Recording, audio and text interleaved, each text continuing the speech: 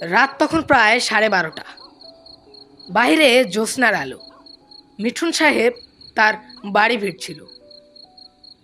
আজ তার অফিসে ভীষণ কাজ থাকায় অফিস থেকে বেরোতে একটু রাত হয়ে গেল।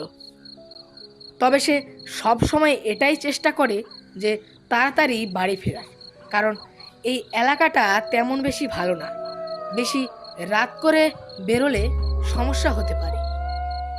বাড়িতে যেন আজ তাড়াতাড়ি ফিরতে পারেন, এই কারণে সে যেদিক দিয়ে প্রতিদিন বাড়ি যায় সেদিক দিয়ে না গিয়ে এক ভুল পথ বেছে নিলেন। এখান দিয়ে বাড়িতে যেতে তার সময়টা একটু কম লাগবে, তবে এই রাস্তায় যে বিপদ রয়েছে এটা তার জানা ছিল না। মিঠুন সাহেব তখন যাচ্ছিল এক কবরস্থানের পাশ দিয়ে।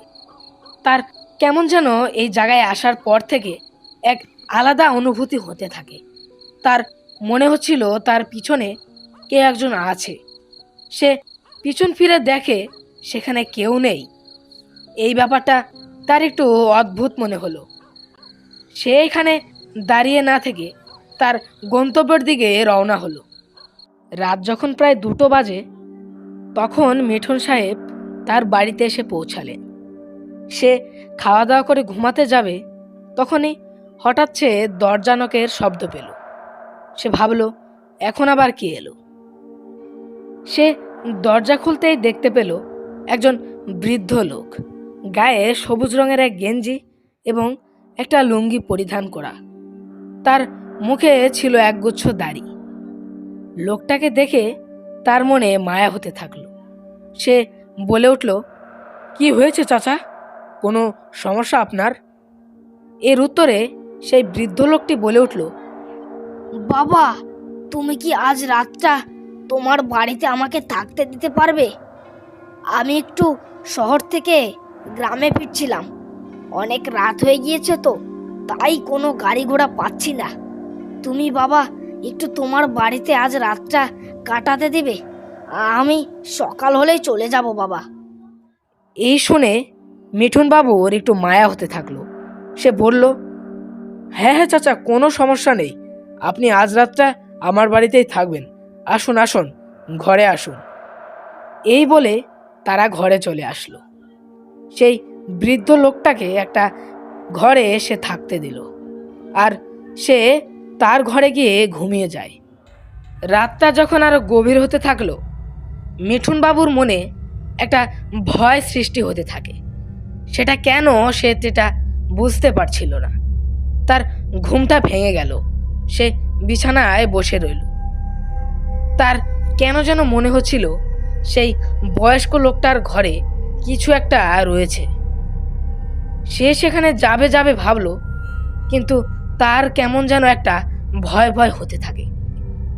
সে ভয় ভয় মন নিয়েই সেই বয়স্ক লোকটার ঘরের দিকে গেল, আর সেখানে গিয়ে সে দেখলো এক গা হিম করা দৃশ্য, যেটা দেখার জন্য সে একদম প্রস্তুত ছিল না। তার চোখ মুখ দেখে মনে হচ্ছিল সে তার সামনে এক ভয়ানক কিছু দেখতে পাচ্ছে। হঠাৎই একটা ছায়ার মতো কিছু তার শরীরের ওপর চড়ে আসলো। মিঠুন বাবু অনেক ছটফট করছিলেন, আর ছটফট করতে করতে সে সেখানে মারা গেলেন।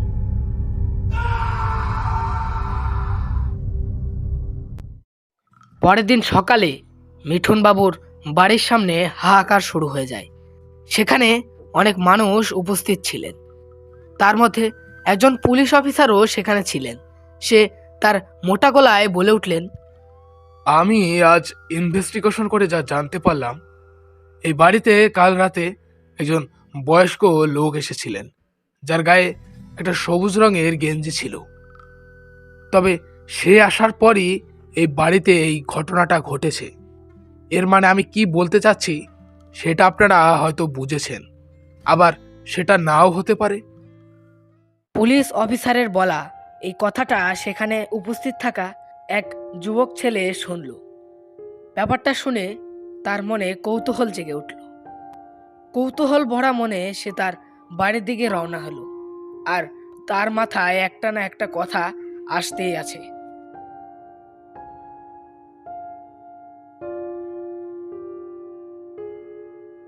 এই যুবক ছেলেটির নাম হলো কার্তিক।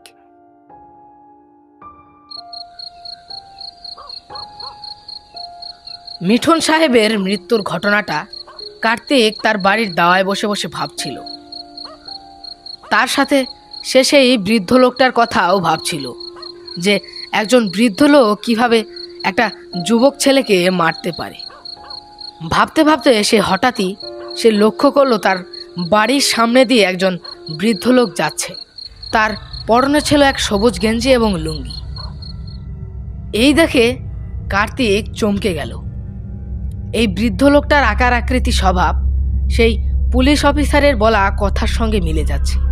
সে প্রায় এটা ভেবে নিল যে এই লোকটাই মিঠুন বাবুকে মেরে ফেলেছে। তাই সে ভাবল এই বৃদ্ধ লোকটার পিছু নিবেন।